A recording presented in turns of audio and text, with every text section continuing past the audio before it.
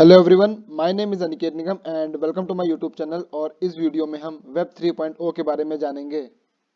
तो वेब 3.0 को हम एक एग्जाम्पल के थ्रू समझते हैं।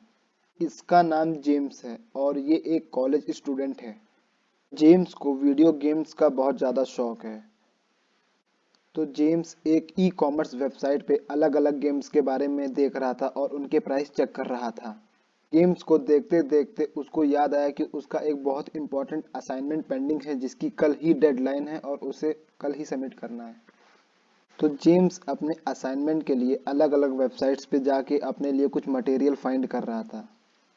तो उसने ये नोटिस किया कि जिन गेम्स के बारे में वो ई कॉमर्स वेबसाइट्स पर देख रहा था उसी गेम्स के इमेजेस और उनके प्राइस उसको अपनी वेबसाइट्स पे दिख रहे थे जिस पे वो अपना स्टडी मटेरियल ढूंढ रहा था। तो जेम्स ये चीज देखकर बहुत ही ज्यादा सरप्राइज्ड हो गया और उसने ये बात जाके अपने एक फ्रेंड को बताई जिसका नाम जॉन था।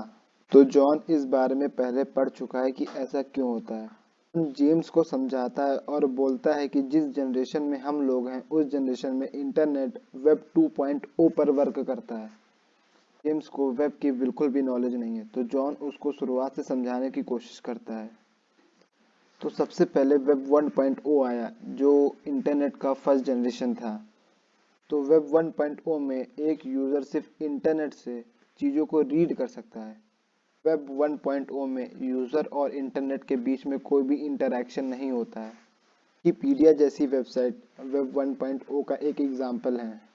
यहाँ पर इसी के बारे में लिखा हुआ है कि web 1.0 was the first generation of the internet referred to as the read only web। Web 1.0 के बाद वेब 2.0 आया। ये इंटरनेट की सेकंड स्टेज थी। ये एक ऐसी स्टेज थी जहां पर यूजर इंटरनेट के साथ इंटरैक्ट कर सकता था। फेसबुक और इंस्टाग्राम जैसी जो वेबसाइट्स हैं वो वेब 2.0 पर ही बेस्ड है। तो फेसबुक हमारी सारी एक्टिविटीज को ट्रैक करता है। जब कभी भी हम फेसबुक पर कोई भी पोस्ट को लाइक करते हैं तो फेसबुक हमारा वो डाटा बैकएंड में सेव कर लेता है और उसी के अकॉर्डिंग हमें वो आगे की पोस्ट दिखाता है।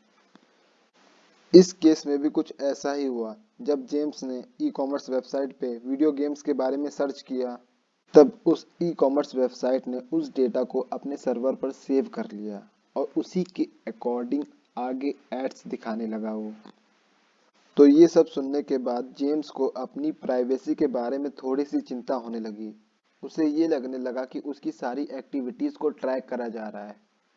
तब जॉन ने उसे बताया कि अब एक ऐसी टेक्नोलॉजी पे काम हो रहा है जिसका नाम वेब 3.0 है। ये एक ऐसी टेक्नोलॉजी है जहाँ पे यूजर का डेटा ट्रैक नहीं करा जा सकता है, जहाँ पर यूजर एक सेफर साइड पर है।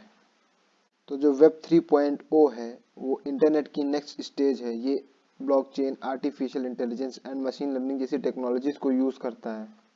तो अब हम ये जान लेते हैं कि वेब 3.0 इतना पावरफुल और इतना सिक्योर क्यों है और कैसे है। जो वेब 3.0 है वो चार पार्ट से मिलकर बना है जिसका पहला पार्ट डिसेंट्रलाइजेशन है। डिसेंट्रलाइजेशन का मतलब है इसका जो डेटा होगा वो ब्लॉक्स के फॉर्म में सेव होगा, को हम ब्लॉकचेन बोलते हैं। इसमें डेटा ब्लॉक्स के अंदर सेव होता है और एक चेन के थ्रू कनेक्टेड होता है। वेब 3.0 का जो दूसरा पार्ट है उसका नाम है ट्रस्टफुल एंड परमिशनलेस। इसका मतलब ये है कि अब आपको कंपलसरी नहीं होगा कि आप किसी भी वेबसाइट पे पहले साइन अप करें उसकी वेबसाइट पे इंफॉर्मेशन लेने के लिए। इसका मतलब ये है कि अब आपको कंपलसरी नहीं होगा कि आप किसी भी वेबसाइट पे पहले साइन अप करें उसकी वेबसाइट पे इंफॉर्मेशन लेने के लिए। आपकी चॉइस होगी कि आप वेबसाइट पे साइन अप करना चाहते हैं कि नहीं करना चाहते हैं। तीसरा पार्ट है artificial intelligence and machine learning.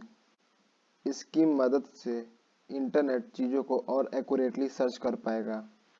For example I like pizza word के फॉर्म में या फिर आई लाइक पिज्ज़ा इमोजी के फॉर्म में, दोनों को ही इंटरनेट एक्यूरेटली सर्च कर पाएगा। और चौथा है कनेक्टिविटी एंड यूबिक्विटी। इसका मतलब ये है कि अभी तक इंटरनेट सिर्फ लैपटॉप या फिर मोबाइल में ही था, लेकिन इसके बाद वेब 3.0 के आने के बाद अब इंटरनेट और भी गैजेट्स में भी अवेलेबल रहेगा। तो वेब 3.0 में डिसेंट्रलाइजेशन और परमिशनलेस की वजह से यूज़र का जो डेटा होगा वो ट्रैक करना बहुत ही मुश्किल हो जाएगा। तो इस वीडियो में सिर्फ इतना ही and do like and subscribe to my channel and thank you for watching my video.